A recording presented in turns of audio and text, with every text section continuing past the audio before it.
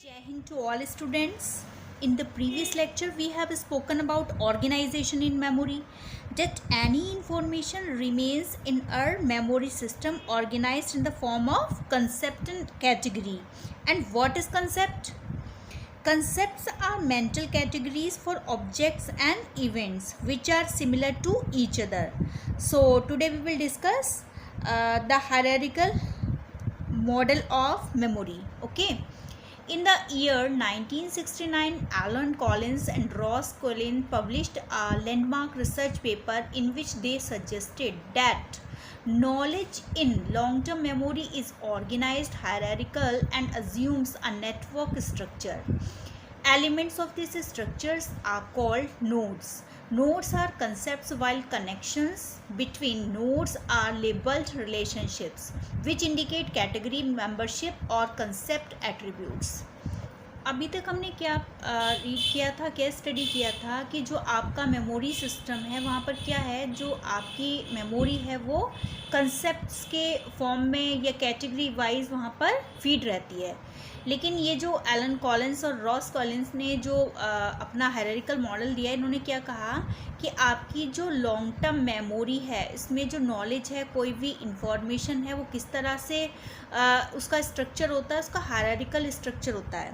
अब इन्होंने हायरार्किकल क्यों नाम दिया, वो इन्होंने ये बताया कि हमें जो कंसेप्ट्स और स्कीमाज याद आते हैं तो वो अरेंज होते हैं एक हायरार्किकल ऑर्डर में. मीन एक के बाद दूसरा लेवल आएगा और ये सारे लेवल्स कैसे होते हैं, इंटरकनेक्टेड होते हैं, एक दूसरे से जुड़े होते हैं. और जो मेन कैटेगरी होती है वो क्या कहलाती है, आपकी नोड्स कहलाती है.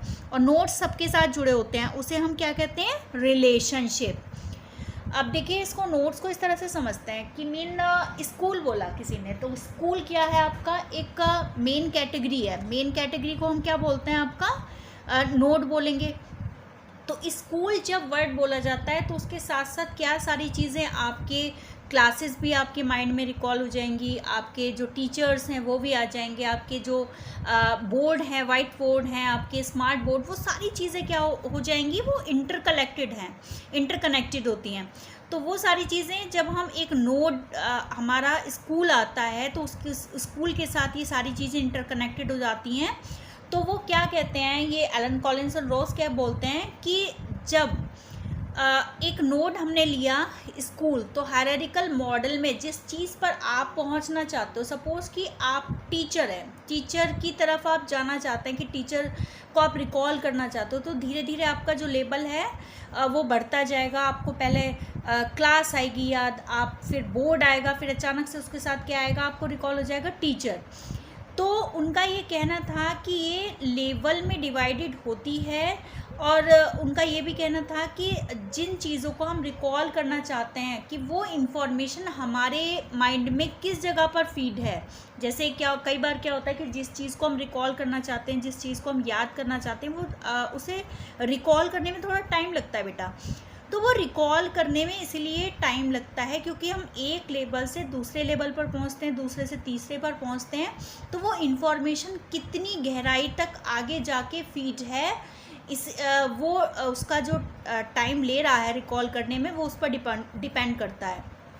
अगर वो इन्फॉर्मेशन आपकी बहुत आगे की साइड है तो आपको टाइम लगेगा उसको रिकॉल करने में. अगर वो थोड़ा ही पीछे है, वहाँ पर जो आपका मेमोरी सिस्टम है वो बहुत आगे की साइड नहीं गई है, तो वो जल्दी से आप उसको रिकॉल कर लोगे. रिकॉल करने का मीन ये है कि जो चीज़ें हम बार बार रिवाइज करते हैं. अब रिवीजन क्यों बोला जाता है, रिवीजन इसीलिए तो बोला जाता है कि जब बार बार आप किसी चीज़ को रिवाइज करोगे तो वो आपके मेमोरी सिस्टम में बहुत आगे नहीं जाती इन्फॉर्मेशन. लाइक आप इसको इस तरह से समझिए एग्जांपल के थ्रू बेटा, कि अभी आपके PG1 स्टार्ट हो रहे हैं, ठीक है, आपके फर्स्ट चैप्टर और सेकंड चैप्टर आ रहा है. तो आपने फर्स्ट चैप्टर को अगर जुलाई के मिड में उसको ख़त्म कर लिया, उसको रिवाइज करके छोड़ दिया वहाँ पर, तो वो कहाँ चला गया, वो बहुत आगे चला गया. जो आपका मेमोरी सिस्टम है बहुत आगे चला गया. लेकिन आपने क्या करा, उस जो मिड जुलाई आपने उसको लर्न किया था, उसके बाद भी आप बीच बीच में उसको क्या कर रहे हैं, रिवाइज करते जा रहे हैं। आपने विद इन 15 डेज उसको फिर से रिवाइज कर लिया, तो वो जो लर्निंग थी आपकी, जो मेमोरी सिस्टम था, वो बहुत आगे की साइड नहीं जाएगी, ठीक है। उससे क्या होगा, जब भी आप उस चैप्टर 1 को रिकॉल करना चाहोगे तो वो ईजिली आपके मेमोरी सिस्टम से कहाँ आ जाएगा, आपके कॉन्शियस लेवल पर आ जाएगा और आप आंसर ईजिली दे सकते हो। इसीलिए बोला जाता है कि रिवीजन टाइम टू टाइम हमें करते रहना चाहिए, जिससे रिकॉल करने में आपको ज़्यादा प्रॉब्लम ना हो, कॉन्शियस लेवल तक लाने में आपको ज़्यादा प्रॉब्लम ना हो। ओके, अब हम इस टेबल के थ्रू समझते हैं। ये जो नोट्स है आपके, देखिए ये क्या है, एनिमल हो गया, वर्ड हो गया आपका, और ये आपका ये क्या हो गई, इनकी सब कैटेगरी हो गई। तो ये क्या है, नोट्स हैं, और ये क्या है, आपस में इंटरकनेक्टेड है। जब आपने एनिमल वर्ड बोला तो एनिमल के जो एट्रीब्यूट्स हैं, सबसे पहले वो आ गए आपके माइंड में। एनिमल के क्या क्या एट्रीब्यूट्स हैं, क्या क्या क्वालिटीज़ होती हैं, जिसके बेसिस पर हम क्या कर सकते हैं कि वो जस्टिफाई कर सकते हैं कि वो एनिमल है। या वर्ड की क्या क्या एट्रीब्यूट्स होते हैं, ये सारी चीज़ें हमारे माइंड में रिकॉल हो गई। और उस कैटेगरी की क्या हो गई, ये जो मेन कैटेगरी है, मेन कंसेप्ट है, इसकी भी क्या हो गई, सब कैटेगरी बन गई, ठीक है। और उनकी क्वालिटीज़ भी क्या हो गई हमारे माइंड में। जब हम किसी एनिमल वर्ड बोला तो एनिमल के साथ साथ क्या होगा, उसकी जो डिफरेंट क्या है एट्रीब्यूट्स हैं, वो हमारे माइंड में अचानक से अपने आप ही रिकॉल होने लगेंगे। उसके बाद क्या होगा, एनिमल की जो क्वालिटीज़ जिस भी उसमें पाई जा रही हैं, उसका नाम ऑटोमेटिकली हमारे कॉन्शियस लेवल पर आ जाएगा। लाइक डॉग है, बफेलो है, काऊ है। तो ये क्या है, आपके नोट्स हैं, और ये क्या है, आपस में इंटरकनेक्टेड है। जब हम किसी एक चीज़ को रिकॉल करते हैं, उसके बाद हम दूसरे लेवल पर पहुंचते हैं, उसके बाद हम जिस लेवल तक हमें पहुंचना है तब हम वहाँ पर पहुंच पाते हैं। तो ये हायरार्किकल नेटवर्क मॉडल है, जिसमें क्या बोला जाता है कि जो कंसेप्ट्स हैं, कैटेगरीज़ हैं, पहले हम मेन कैटेगरी पर पहुंचते हैं, फिर उससे रिलेटेड जो कैटेगरी होती है वहाँ पर पहुंचते हैं, उसके बाद हम तीसरी कैटेगरी पर पहुंचते हैं। Okay,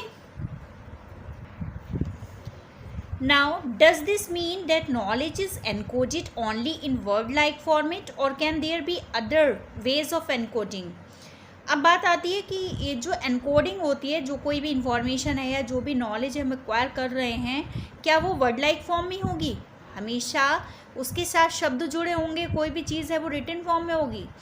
So it has been shown that information can be coded in a perceptual format or in terms of images. तो ये जो इंफॉर्मेशन है वो कैसी हो सकती है, किस तरह से कोडेड हो सकती है हमारे माइंड में, परसेप्चुअल फॉर्मेट में भी हो सकती है। हम उसको इमेज की फॉर्म में भी अपने माइंड में क्या कर सकते हैं, फीड कर सकते हैं। An image is a concrete form of representation which directly conveys the perceptual attributes of object. अब इमेज क्या है, इमेज में हम क्या करते हैं, हम जो परसेप्शन करते हैं, किसी भी रिटन फॉर्म में नहीं होगा कि किसी जो पक्षी है, अगर वर्ड की बात करें तो उसके विंग्स होता है, नहीं, इस तरह से एट्रीब्यूट्स नहीं आएंगे। उसके क्या करेंगे, हम एक वर्ड की क्या करेंगे, इमेजिनेशन करेंगे, परसेप्शन करेंगे, और उसकी क्वालिटीज़ के साथ, उसके जो है एट्रीब्यूट्स हैं उसके साथ हम उसका परसेप्शन करेंगे। लाइक हमारे मन में वर्ड की इमेज आई तो हमने क्या करा, हमारे मन में एक इमेज बनी कि एक विंग्स लगाई हुई चिड़िया उड़ रही है या कोई भी चीज़ है जिसके अंदर ये सारी क्वालिटीज़ हैं आपके वर्ड्स की। तो वहाँ पर क्या हुआ, आपका परसेप्चुअल एट्रीब्यूट्स के बेस पर हमने उसकी इमेज अपने माइंड में बना ली। तो जो आपकी एनकोडिंग होती है वो आपकी क्या होती है, वर्ड की फॉर्म में भी होती है और इमेज की फॉर्म में, दोनों तरह से होती है। If you were to come across the word school and image of your own school will get generated. Like इन्होंने यहाँ पर एग्जांपल दिया आपका स्कूल वर्ड का। तो जब भी कभी स्कूल वर्ड अगर आता है आपके सामने तो क्या होता है, स्कूल के अलग अलग एट्रीब्यूट्स तो आएंगे नहीं, आपकी जो अपने स्कूल की जो इमेज है, ठीक है, वो अचानक से वहाँ पर क्या होगी, जनरेट हो जाएगी। जैसे हम हैं, अभी हमारा जो टाइम है काफ़ी आगे हम जा चुके हैं, स्कूल छोड़े हुए में काफ़ी साल हो चुके हैं, लेकिन अब भी अगर कोई हमसे स्कूल की बात करेगा स्कूल, तो हमें अपना स्कूल, हमारा जो माइंड है वो अचानक से याद करने लगेगा। तो ये कहलाता है आपका perceptual attribute of an object. Okay, In fact, almost all concrete objects, land concepts, generates images, and the knowledge related to them is encoded both verbally as well as visually.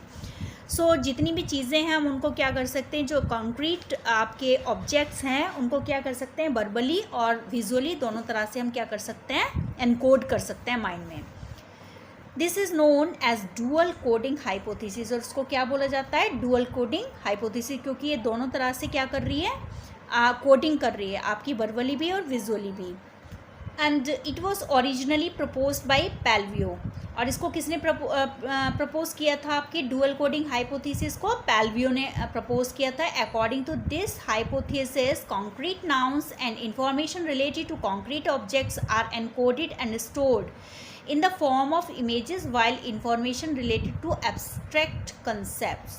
इन्होंने क्या कहा कि आपके जो कंक्रीट नाउन होते हैं उनसे related क्या होती है, जो भी इंफॉर्मेशन होती है उसका क्या होता है, वो एनकोड और स्टोर होती है, किसकी फॉर्म में होती है, आपकी इमेज की फॉर्म में होती है।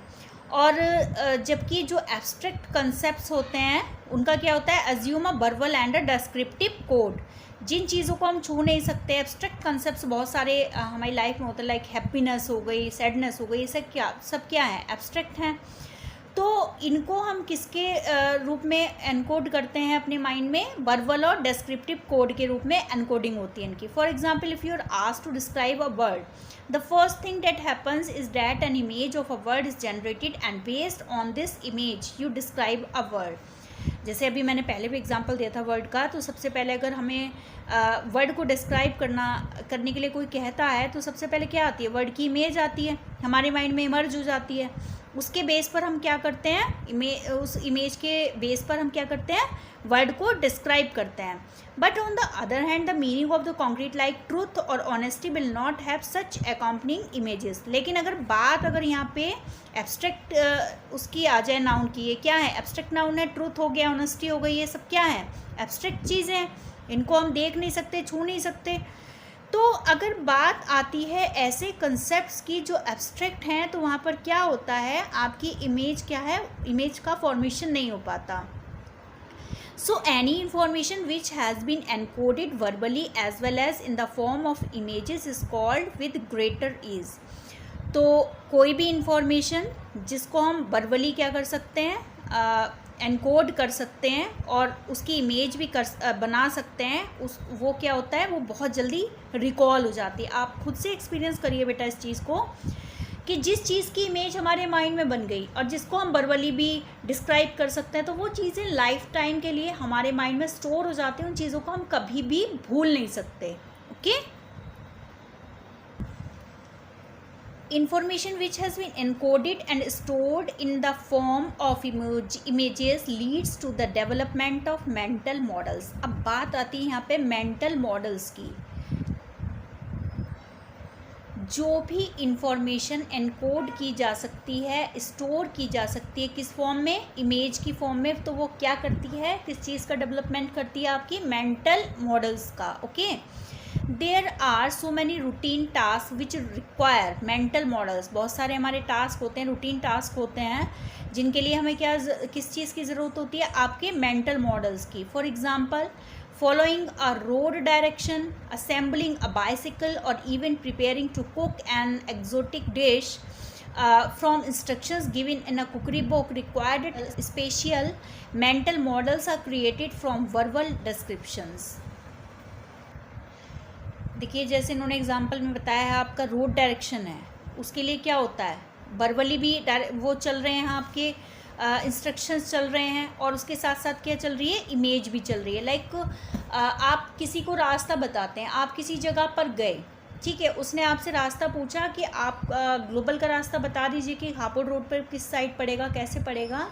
तो जब आप उसको ग्लोबल स्कूल का, अपने स्कूल का एड्रेस बताओगे बेटा, तो उसके साथ साथ क्या आपके साथ साथ जब उसको वर्बल इंस्ट्रक्शंस दे रहे होगे, आप डायरेक्शंस दे रहे होगे, तो आपकी जो मेंटल इमेज है वो भी साथ साथ चल रही होगी। कि सबसे पहले आपका राज चोपला आएगा, राज चोपले की इमेज आपके माइंड में आएगी, फिर आपका जो हापुड़ रोड का टर्न होता है उसकी इमेज भी आपके माइंड में आएगी। तो जो जो चीज़ें ग्लोबल तक के रास्ते में पड़ रही हैं, वो सारी चीज़ों की जैसे जैसे आप उसको बताते जाओगे, उसकी इमेज भी आपके साथ साथ माइंड में बनती चली जाएगी। तो ये चीज़ें क्या हैं, आपकी मेंटल मॉडल हैं। जैसे असेंबल करना है आपका बाइसिकल का, तो वहाँ पर उसके लिए भी क्या है, आपकी मेंटल इमेज साथ में चलेगी, ठीक है। और जब आप कोई कुकिंग कर रहे हैं, कोई नई डिश प्रिपेयर कर रहे हैं, तो वहाँ पर क्या है, आप जो कुकरी बुक है वहाँ से क्या कर रहे हैं, इंस्ट्रक्शंस फॉलो कर करके क्या बना रहे हो, कोई भी डिश बना रहे हो। लेकिन वहाँ पर भी क्या है, आपका मेंटल इमेज बन रही है, आपकी मेंटल मॉडल बन रहे हैं, और आप क्या कर रहे हो, वर्बल डिस्क्रिप्शन से इमेज बनती जा रही है आपकी। वर्बल डिस्क्रिप्शन जो भी उसमें दिए जा रहे हैं उसको आप पढ़ रहे हो, जैसे भी रीड करके वो बना रहे हो, तो उसके साथ साथ क्या है, आपके इमेज भी बन रही है उस डिश की आपके माइंड में। Okay, so mental models therefore refer to our believe about the manner in which our environment is structured, and such believes are formed with the help of concrete images as well as verbal descriptions. तो जो आपके mental model हैं वो क्या हैं, वो हमारे belief हैं अबाउट द मैनर, किस चीज़ के बारे में, उस तरीके से, जिस तरीके से जो हमारा इन्वायरमेंट है वो स्ट्रक्चर्ड है, और हमारे बिलीफ हैं जो बनाए जाते हैं। So the mental model is an explanation of someone's thought process about how something works in the real world. It is a representation of the surrounding world, the relationship between its various parts, and a person's intuitive perception about his or her own act and their consequences. और ये जो सारी processes से हमें क्या help मिलती है कि जिस भी चीज़ को हम लर्न करते हैं या फिर हम उसको फिर अपने मेमोरी सिस्टम में सेव कर देते हैं, तो जब हमें उस चीज़ को रिकॉल करने की नीड होती है, रिट्रीव करने की नीड होती है, तो हम अननेसेसरी, हमारा जो टाइम है वो वेस्ट नहीं होता, जो इन्फॉर्मेशन हमें चाहिए होती है वो रिकॉल हो जाती है। सो जो मेंटल मॉडल्स हैं वो बहुत हेल्पफुल होते हैं, और उससे क्या होती है आपकी cognitive economy. Cognitive economy means क्या होता है कि अपना जो टाइम है वो क्या हो रहा है, सेव हो रहा है, ठीक है। और टाइम किसके बेस पर सेव होता है कि जब हमें जिस इन्फॉर्मेशन की नीड है उस इन्फॉर्मेशन को तक बिना टाइम वेस्ट करे हुए पहुंच जाते हैं, और अननेसेसरी चीज़ों पर हमारा ध्यान डाइवर्ट नहीं होता, हम उधर नहीं जा रहे हैं। तो वो क्या है आपकी कॉग्निटिव इकोनॉमी, जिसमें क्या होता है, जिस इन्फॉर्मेशन को हम जब और जिस टाइम पर रिकॉल करना चाहते हैं तो वहीं पर वही इन्फॉर्मेशन रिकॉल होती है, ना कि कोई other information. That is called cognitive economy. Okay.